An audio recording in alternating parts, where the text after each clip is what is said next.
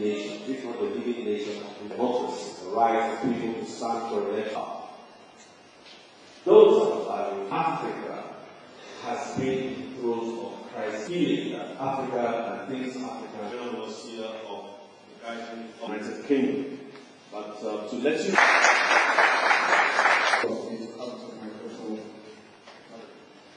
start by the executive governor, senior advocate of Nigeria. It's a very busy place to work.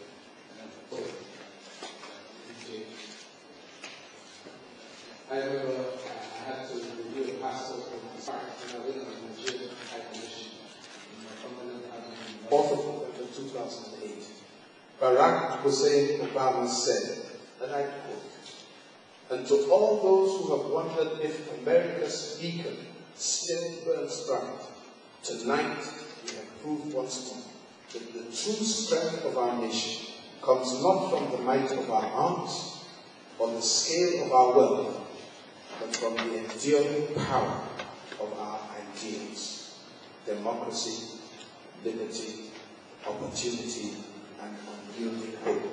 End of quote. It was these ideals that allowed an African American, and I emphasize the word African, because he is more African American than many African Americans, from a minority group in America who less than 5 decades ago could neither vote or be voted for. It was these ideals that fueled Obama's dreams.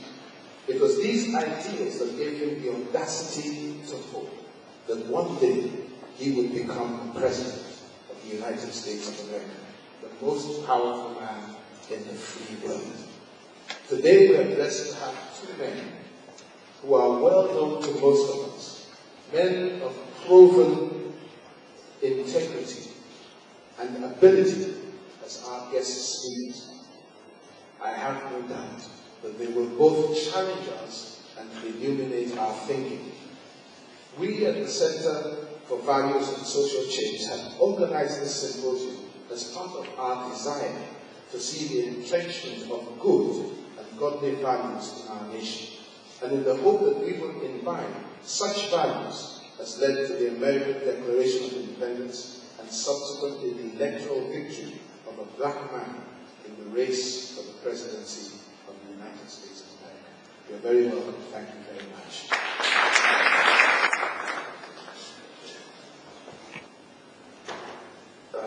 Master of ceremonies, but there is nothing I could have done in all of my life's work, or indeed in 3 years as governor of New State, that would ever supersede all of what Ambassador Carrington has achieved.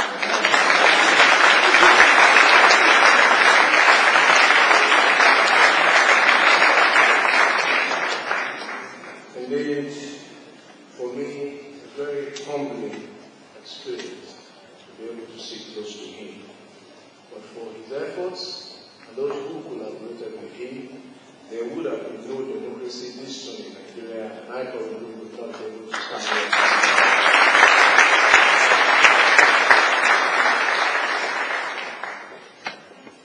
I believe that if you look at the very first page of your program, you will see that I was supposed to be here only in the capacity of a guest.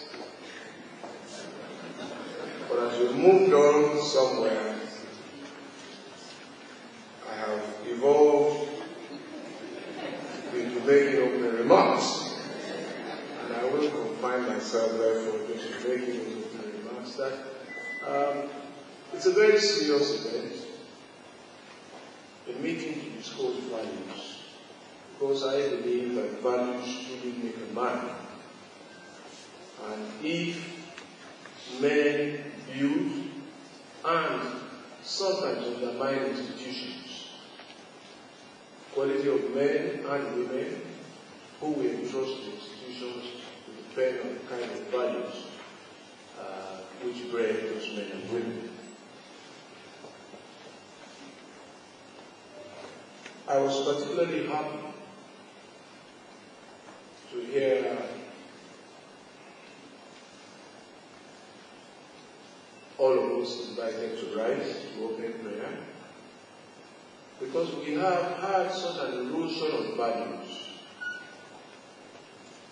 And you will see the body language of many Nigerians today when they call to prayer. We seem unsure whether to rise or to sit down. And I recall that in school, immediately you heard let us pray. It was almost instinctive that not only would you rise up, you would bow your head if you didn't close your eyes.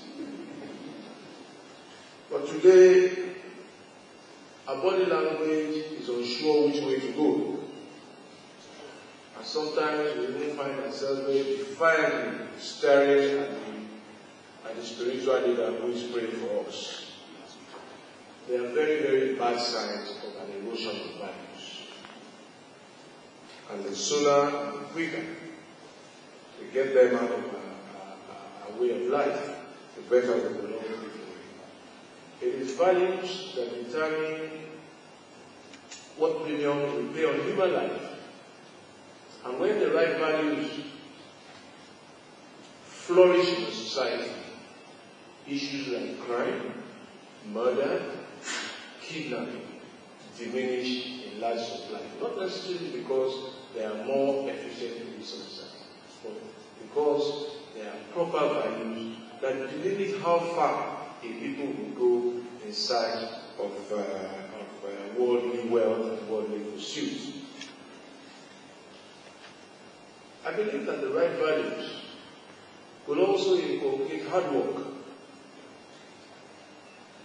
and it will enforce in the people a very fair sense of self-assessment that tells us that I am undeserving of this gold medal because I have not prepared hard enough.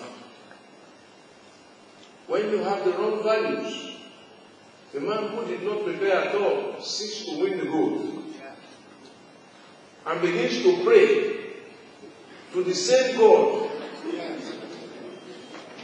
the God that the man who has worked day and night in preparation for that gold also serves.